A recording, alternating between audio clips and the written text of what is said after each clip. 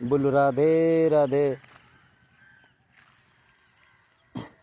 आज एक छोटी सी प्यारी सी कथा समर्पण की याद आई है। एक राजा थे जो कि बहुत ही प्रतापी राजा थे, न्यायप्रिय थे, धर्मप्रिय थे, राजा थे। परंतु उनके साथ उनको कोई संतान नहीं थे। कई प्रकार से, कई लोगों से, कई वैद्य, हकीम, देवी देवता, हर जगह से मन्नत मांगी, परंतु कहीं से कुछ नहीं हुआ। तो एक ओघर जो होते हैं, शिव के जो भक्त होते हैं, औघरदानी जो संसार से विरक्त होते हैं, तो उन्होंने कहा, हे राजन, आपको संतान यदि प्राप्त करनी है तो आप को एक उपाय करना होगा। बोलो राधे राधे। तो कहते हैं कि महाराज, आज तक तो जितने उपाय सबने बताए मैंने वो सभी उपाय किए, परंतु आप ऐसा कौन सा नया उपाय बताना चाहते हैं जो मैंने अब तक नहीं किया। तो वह कहते हैं कि तुम्हें एक नर बलि देनी होगी, बच्चे की बलि देनी होगी, उसके बाद तुम्हारे घर में संतान की किलकारी गूंजेगी। बोलो राधे राधे। तो वह कहते हैं ठीक है। तो उन्होंने वो सोचा कि हम अपने बच्चे के लिए दूसरे की बलि क्यों देंगे। बड़ा असमंजस में महाराजा पड़ गए, क्योंकि राजा तो सबके लिए एक समान होता है, पिता समान होता है।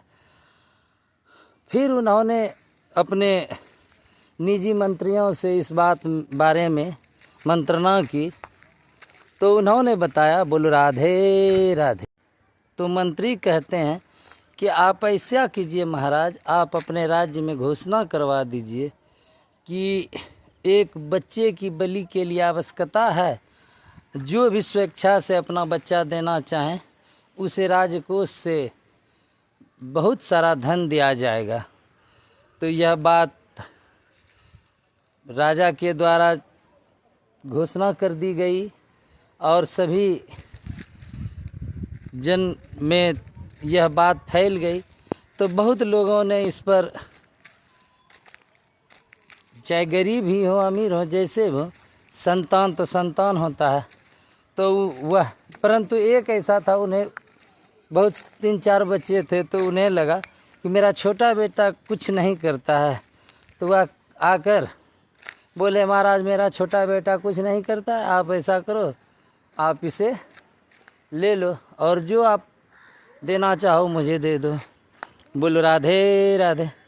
तो इस पर उन्हें राजकोष से बहुत सारा धन दिया जाता है और वह धन लेके चले जाते हैं।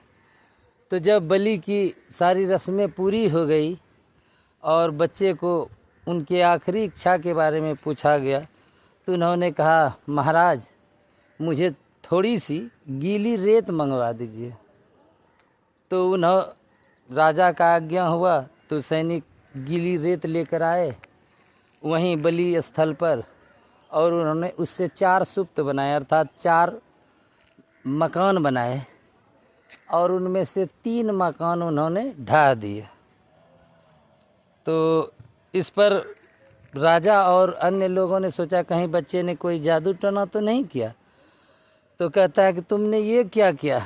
तो वह कहते हैं, महाराज ये पहला स्तंभ जो मैंने गिराया, यह अपने परिवार के लिए गिराया, जो कि जिन्हें मेरी रक्षा करनी चाहिए थी, उन्होंने मुझे आपको बलि देने के लिए दे दिया, इसलिए यह पहला स्तंभ गिरा दिया। तो कहते हैं दूसरा और तीसरा क्यों गिराया। तो कहते हैं दूसरा स्तंभ इसलिए गिरा दिया कि ये हमारे संबंधियों का स्तंभ है, जिन्होंने हमारे पिता और हमारी माता और हमारे भाइयों को इस बारे में कुछ नहीं समझाया कि यह जो आप कर रहे हैं यह न्याय उचित नहीं है। अपने बच्चे को बलि देने के लिए प्रस्तुत कर देना यह न्याय उचित नहीं है, इसलिए दूसरा खंभा गिरा दिया, स्तंभ गिरा दिया। तो बोलो राधे राधे। तो बोला ये तीसरा। तो कहते हैं ये तीसरा स्तंभ महाराज आपका है। राजा के लिए अपनी पूरी प्रजा संतान समान होती है, परंतु आप अपनी एक संतान की बलि देकर एक संतान चाहते हैं, इसलिए मुझे आप पर से भी विश्वास उठ गया, इसलिए गिरा। तो कहते हैं ये चौथा स्तंभ क्यों खड़ा किया रहा है? क्या है कि यह चौथा स्तंभ परमपिता परमेश्वर का है। मैंने अपने आप को उनमें समर्पित कर दिया। अब उनकी इच्छा वो मेरी बलि ले या मुझे जीवन दे। यह सुनते ही राजा का मौन टूट गया और राजा ने कहा कि मुझे युवराज मिल गया, इस बच्चे की बलि नहीं पड़ेगी, आज से यही हमारे युवराज हैं। तो कहने का तात्पर्य है कि जो उस परमपिता परमेश्वर में अपने आप को समर्पित कर देता है, उस भगवान श्री कृष्ण में अपने आप को समर्पित कर देता है, उनका कोई बाल भी बाका नहीं कर सकता है, क्योंकि उनकी रक्षा स्वयं वही करते हैं। बोलो राधे राधे। तो समर्पण की इस कथा में आज तक के लिए इतना ही। बोलो राधे राधे। नमस्कार।